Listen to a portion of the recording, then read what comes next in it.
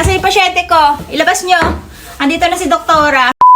So, outfit check guys. Ito yung outfit natin for today's video. Dahil ngayon ay entrance ceremony nila Ate Akari sa school. Simple lang nung makeup natin. Yung pang daily makeup lang natin. Sabihin na naman, mukha na naman akong geisha. Tapos ang ginawa lang natin guys, nag-accessories lang tayo. Kasi importante yung pearl accessories. Ayan, tanda na nasa formal ka. Ang ganda ng necklace na to guys. Ang mura lang nabili ko dito. Alam nyo na, bili ko lang to ng isang lapad. Tingnan nyo. Tapos may 18K pa yan na kwintas, tas salitan siya. Ang cute niya kasi kaya ako to nabili. And then tinernuhan lang natin siya ng white pearl na hikaw. Hindi pwede yung mga ducklings ang malalaki na ganun ng lola nyo. So kailangan ay terno siya na simple lang din. Tapos hindi na ako nagkulay kasi kakukulay ko lang nung last baka masira yung buhok ko. Since okay pa naman yung color ng buhok ko, di pa naman ganun naka-light na light. And then etong ating panloob pala. Yung panloob natin guys, simple lang. Ito yung medyo manipis lang siya kasi medyo mainit na talaga yung panahon dito sa amin. Medyo umiinit na siya. Kaya manipis lang siya guys. Parang cotton lang din siya. And then ito naman yung blazer natin na cotton. Na pwede nyo gamitin sa Pilipinas kasi presko siya. Hindi siya silk at makapal. Manipis lang siya. Ayan.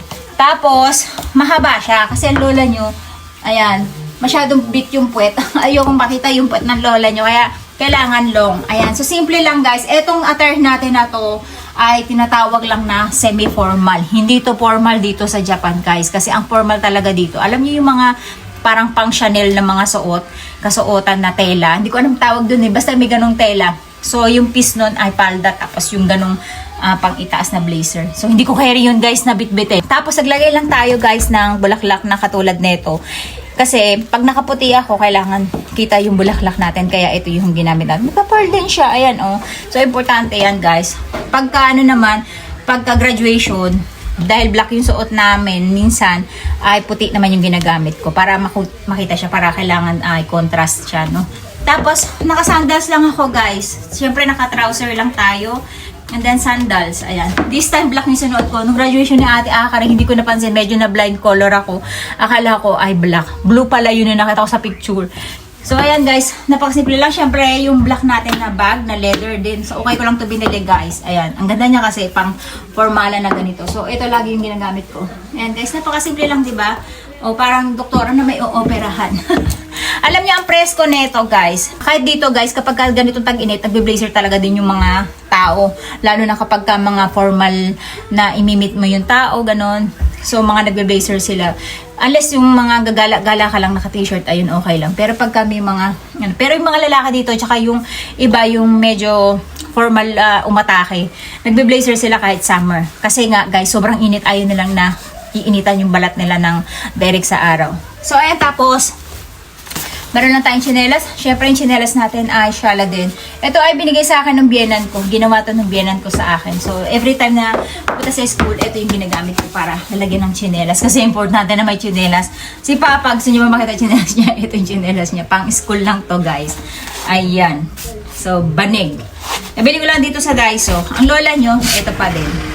Semi-formal lang to guys, hindi siya formal. So magtataka kayo dito guys, merong entrance ceremony ang mga estudyante dito kapag unang araw ng pasukan nila, lalo na yung mga first grade, katulad ng first year high school at first grade 1, tsaka kinder. Ito yung pag-welcome sa kanila sa unang yugto ng kanilang pagiging estudyante. So syempre tumataas yung level nila at napapahalagahan. Tapos tulad na sinabi ko sa inyo kung bakit napakadaming mosaik o yung heart yung mga mukha, syempre bawal na bawal talaga magpakita ng mukha ng may mukha. Mahalaga talaga sa mga Hapon kasi ang privacy at pwede ka nga mademanda, kaya medyo mag-iingat tayo pagdating. So ito guys, sinabahan ko tong video na to kasi napakaganda ng mensahe talaga ng mga teacher dito at ng principal.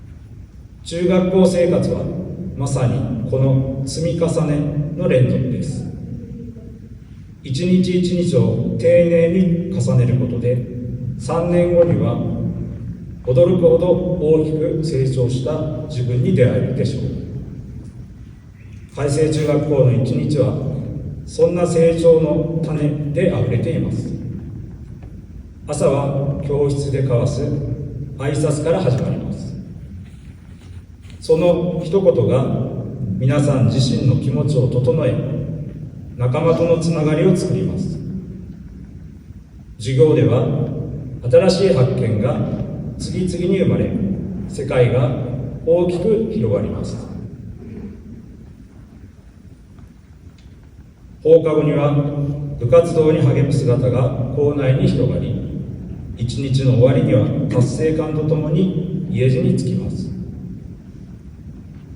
2つ目の言葉は、置かれた場所で咲きなさいという言葉です。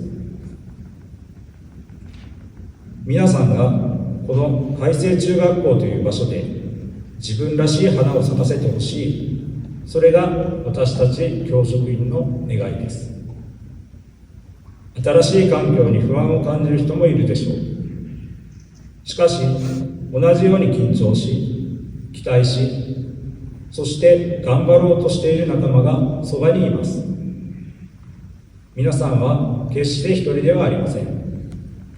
どうか勇気を出して小さな一歩を踏み出してください。その一歩が皆さんの未来を大きく変えていきます。これから始まる3年間が皆さんにとって実り多く充実したものとなるよう、私たち教職員一同全力で支援していきます。最後になりましたが、保護者の皆様、お子様のご入学誠におめでとうございます。心よりお祝い申し上げます。新入生の皆さんがそれぞれの可能性を大きく伸ばし、空と海と風のように大きく羽ばたくことを心より期待し、式辞といたします。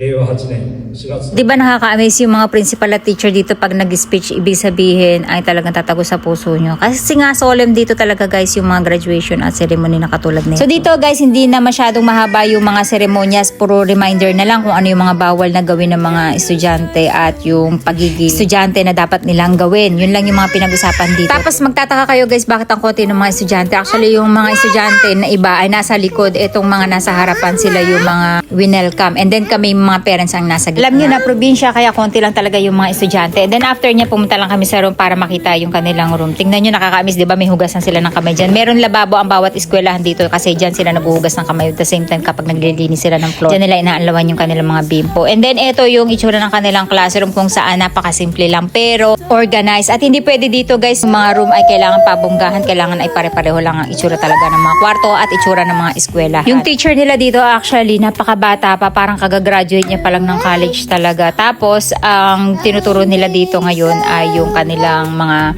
libro, kung anong subject, tapos pinapasulatan ng name, at nagre-remind na rin siya ng mga dapat gawin ng mga estudyante. Syempre, number 1 dyan, yung manner. So, ayan, kasama yung magulang na dapat iniintindi yung mga pinapaliwanag ng teacher. Tapos, ayan, nasa loob si Papa kasi hindi ko din naman magigets yung sinasabi nila na nakasulat dyan sa papel. Kaya nasa labas ng lola nyo. O, diba? Meron din silang subject dito ng swimming katulad ng mga kinder, elementary, hanggang high school, guys.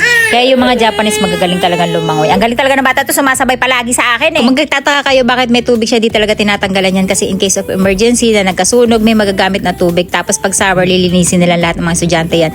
Sa kanila papalitan ng tubig. Ayan, tignan nyo, may tangke pa sila ng tubig dito. Diba? Ganyan ka prepared ang mga eskwelahan dito. Tapos, ayan, picture-picture na lang kami pagkatapos sa labas dahil napangitan ako doon sa background na pinalitan ko ng sakura. Guys, finally, tapos na yung ating entrance ceremony at ayan na si Ate Akari, sobrang nag-enjoy kasi bago na naman yung mga magiging circle of friends. Tapos na ito guys, nagbihis lang kami sa bahay and then dumiretso na kami kay Ate Tati kasi alam mo na kung bakit. Tititreat kami lagi ni Ate Tati kapag ganitong mga special occasion. Yan ang thankful ako kay Ate Tati kasi may kusa talaga siya and I love you Ate Tati kasi napakabait niya guys, napakaswerte ko na siya ang naging ate ng mga anakin ko. Ayan, tapos pumunta lang kami sa simpleng restaurant lang to guys, ano lang siya, parang fast food lang din siya.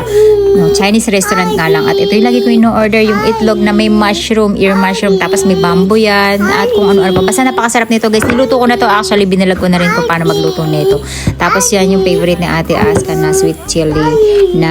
Yan ang bagong fashion. Yan ang bagong fashion yan.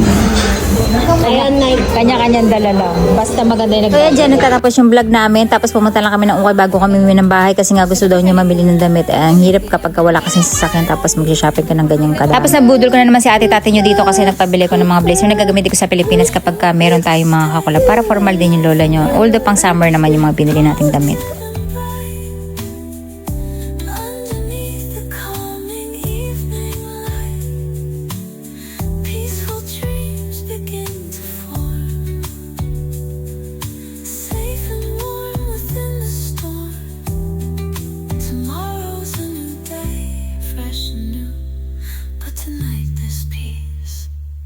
just for you.